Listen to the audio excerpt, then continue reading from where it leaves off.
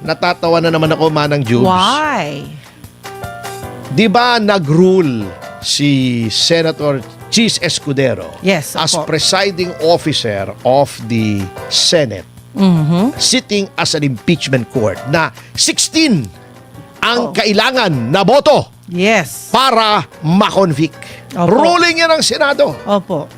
Eto na, naglabasa na ang mga so-called legal experts. Ayun.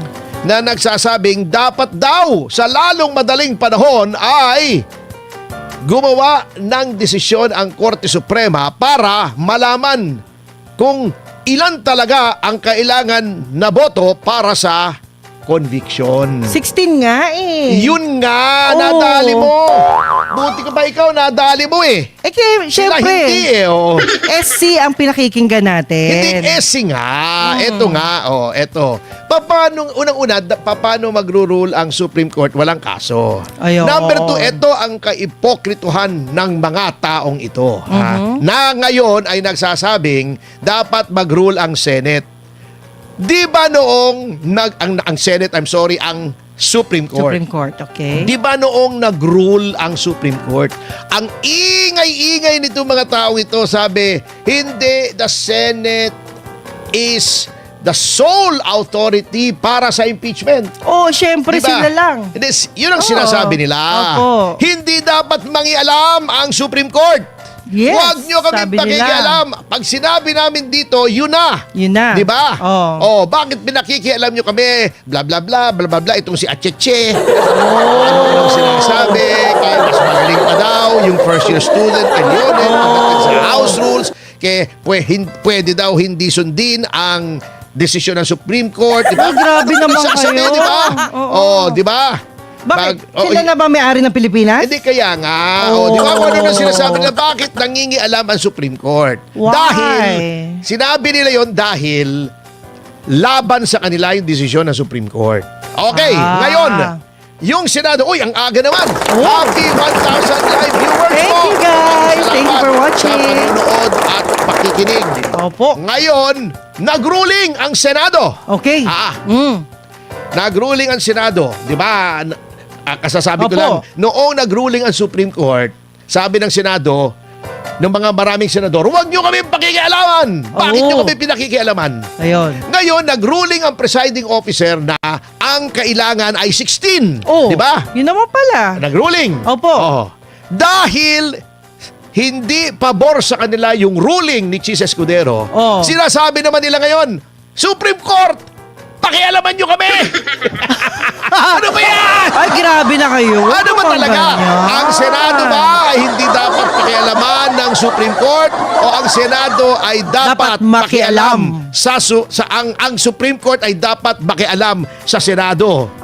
Hindi Whether- ko malaman ang Oh. ipokrito ninyo eh. Whether you like it or not, Supreme Court ang dapat masunod. Oo nga. Dapat ganon. Pero ang punto ko, Manang Juvie, Opo. sila paiba-iba. Ay, mali. Ang kanilang prinsipyo ay nagdedepende kung pabor sa kanila o hindi yung sinasabi nila. In Yan. other words, Kung kakampi ipokrito. o hindi. Mga ipokrito. Oh, O, mali diba? po.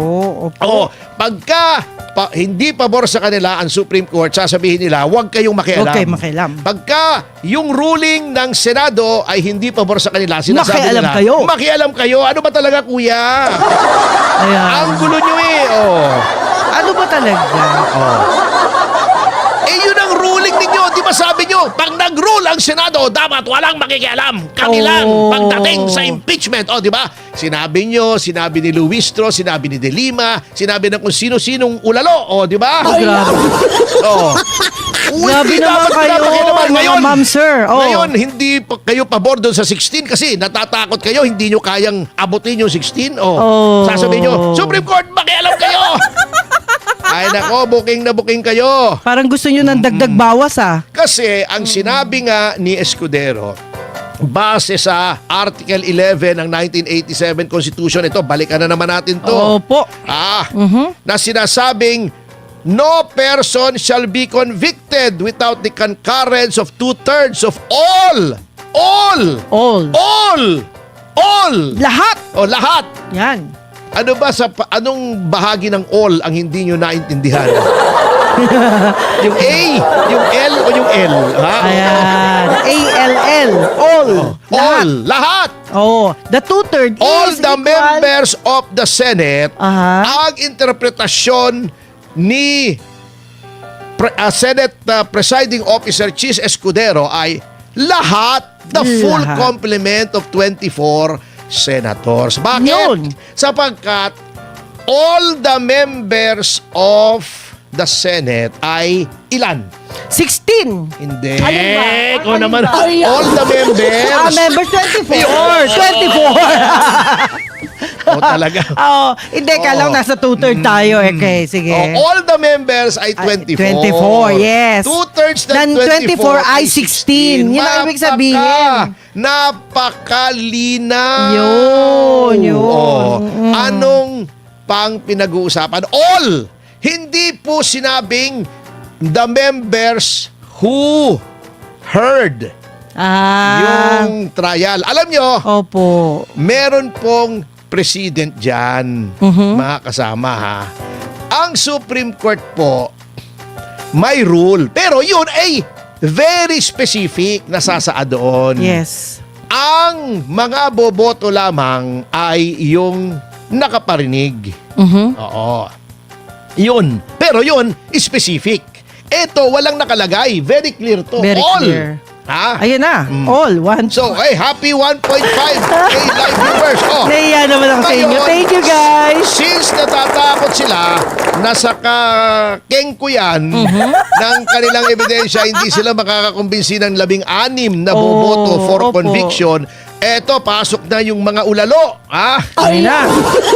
Mga ulalo na kung 21 lang daw ang makakaboto, dapat daw gawing 14 kesa 16. Saang Mali. planeta nyo kinuha yung interpretasyon na yun? Sinabi na nga all. Sino po yan? Sino yung nagsalita niyan? Hindi, ayaw nga magpakilala. Sinasabi lang, legal experts. Binabago nyo Sinabi na nga all mga all lalo kayo Oh. Grabe naman.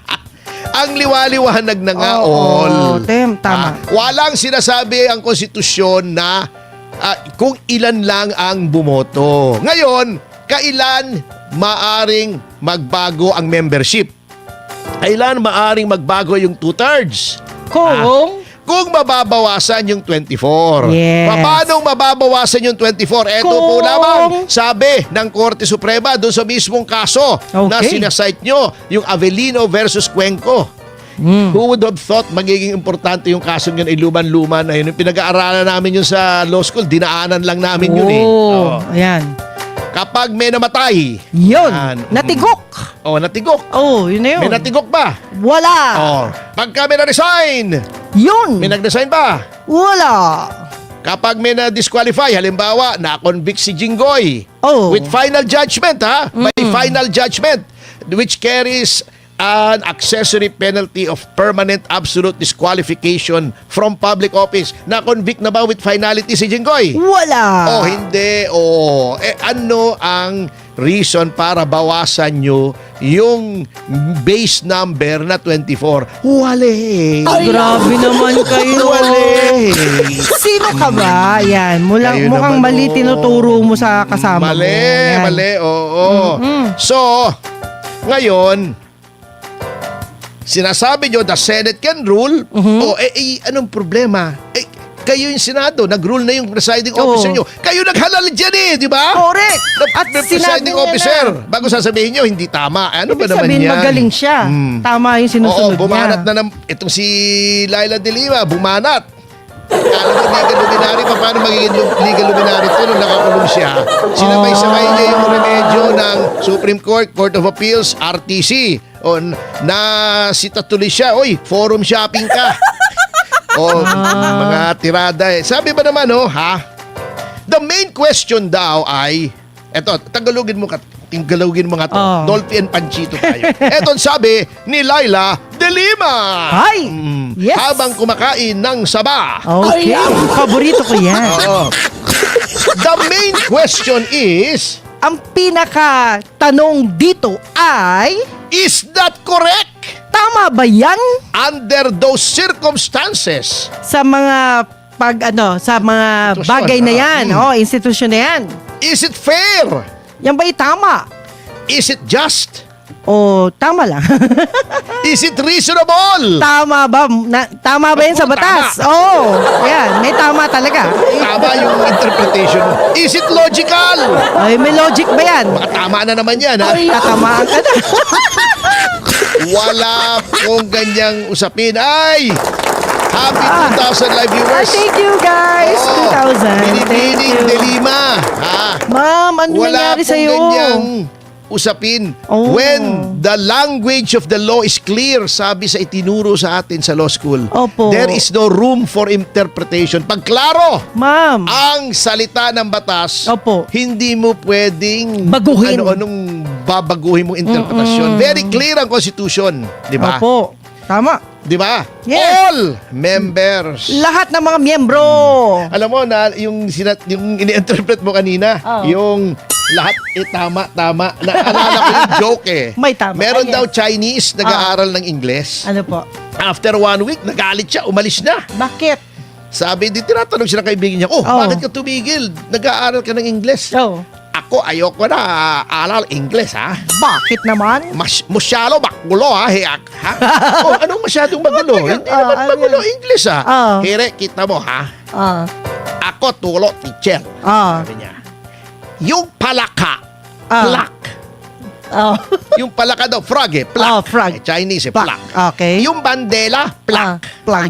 Yung saksakan, kuryente, plak. Plak. Yung itim, plak. Lahat na lang plak ako, sila, ulo. Tama.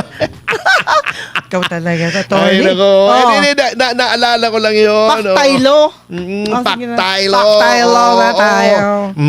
Okay. Bumanat ka na naman. Basahin mo binibining dilima. Hindi ikaw ang masusunod pagdating sa konstitusyon. Dahil Ayan. lamang hindi, sa tingin nyo, hindi nyo kaya mangumbinsi ng 16. Yun. Di ba? Red flag yan. Oo. Okay. Di siya ang pumunta sa Korte Suprema. Sabi pala niya dapat pero nung una, yung mga yan ang very same people na nagsasabing hindi dapat pinapakialaman ng Korte Suprema The ang same Senado. feather pala kayo. Oo. Same feather. Okay. Ngayon, dahil natatakot kayo na ma-acquit, mapapahiya kayo, magmumukhang eng-eng kayong lahat, ay yun. Ayaw nyo namang sabihin wag makialam. Gusto nyo makialam. O, di ba? Yan ang kakengkuyan nyo eh. Paktaylo na yan. Paktaylo talaga. Oo. Katulad dito ha, isa na namang kengkoy. Kini-question nitong si Lacson Oo na nga. bakit daw nasa hospital stay ang mga tao. At bakit daw nasa PNP Hospital Wow, si boss. Senator Marcoleta. At nagiging pattern na daw pag may inaaresto ay Nauospital. Nauospital.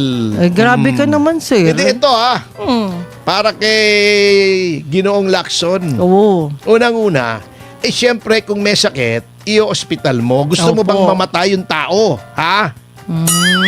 Na under the custody ng gobyerno? Oo. Sinabi na nga, may mild pneumonia. Si Senator Marcoleta, sa age niyang yon na 72, delikado. Yes. Number 2, Mr. Lacson. Bakit nung panahon ni Senator Enrile na ang tagal niya taon na sa hospital arrest, wala naman kaming narinig sa iyo. Baka walang microphone. Attorney, wala ka narinig. Yung mga dalaw-dalaw sa mga pasyente na VIP daw, ano bang gusto nyong gawin? Walang dumalaw dyan. Oo nga. Bakit hindi nyo kinwestiyon nung panahon ni Trillanes? Di ba? Yun. Ang daming dumadalaw kay Trillanes. Number Di ba, one. senador siya noon? Yes. Ang daming dumadalaw kay Laila de Lima. Yes. Ang dami Nakakulong siya. dumudalaw. Di ba?